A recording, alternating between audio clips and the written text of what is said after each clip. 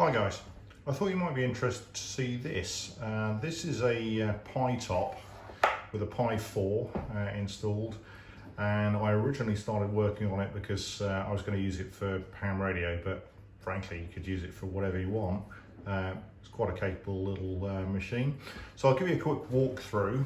So the PI-Top case is the original PI-Top. They did actually make later versions, the PI-Top 3 and PI-Top 4, PI-Top 4 being a little different. It's a kind of desktop type machine, but the PI-Top 3 was also a laptop format.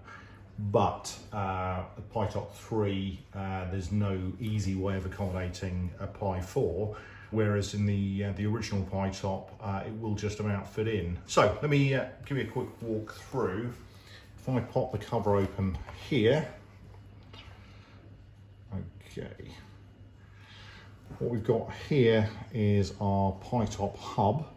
So this basically has an interface to the GPIO connection on the Pi, in this case the PI4. PI4 here with the heatsink and the fan.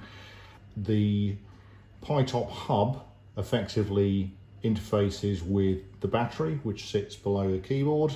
It's also got a USB connection for the keyboard itself and an HDMI connection. In this case, this is an HDMI in, so this is taking HDMI out from the micro HD, in this case on the Pi4, and then with a short adapter that's finding its way into the HDMI connection, and ultimately the HDMI signaling leaves this connector here out to the screen.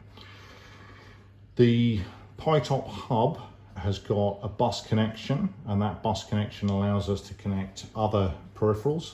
So here we've got a Pi speaker connected in series, and we've also got the PI-Top prototype board, or PI-Top Proto. So that's effectively a breakout board to enable us to connect other peripherals. You can see we've got a 40-pin GPIO connection here, and in this instance I'm using this for the RTC, real-time clock.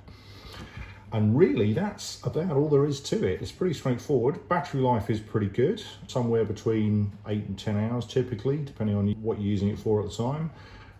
You can see here I'm running Raspberry OS, or Raspbian, what was formerly Raspbian anyway, and it'll happily run pretty much any application you like, subject to the limitations of the Pi.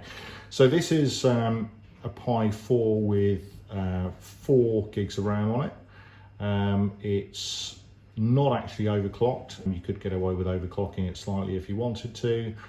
It works well. So I've used it for some ham radio applications, but it'll happily work for pretty much anything you like. If we just fire up the Chromium browser here, you can see there the CPU was going up a little bit on the Conky display. So we're just going to YouTube. Now you can see here, whilst we're just waiting for the browser to come up, we've got our battery life here, we've got our audio here, we've got our Wi-Fi here, we've got our Bluetooth here, so pretty much all the connectivity options you like. It's worth mentioning actually there is one small consideration. The Pi4 connectivity is here, and even if I push that right up to the edge of the case, it wouldn't quite line up with the one port that's there, which is why in this case it is set back. Now, in my case, that's not too much of a problem. You've got the trackpad here, so you don't really need a separate mouse. If you wanted a separate mouse, you could obviously connect it via Bluetooth or with a dongle, which you could pop in quite easily by simply removing the sliding cover.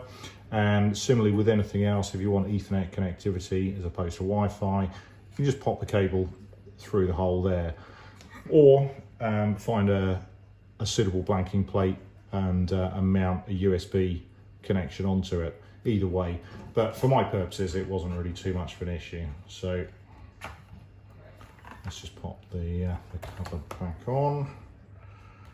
Okay, and we'll play one of my own videos. Okay, and let's just play a little bit of that one.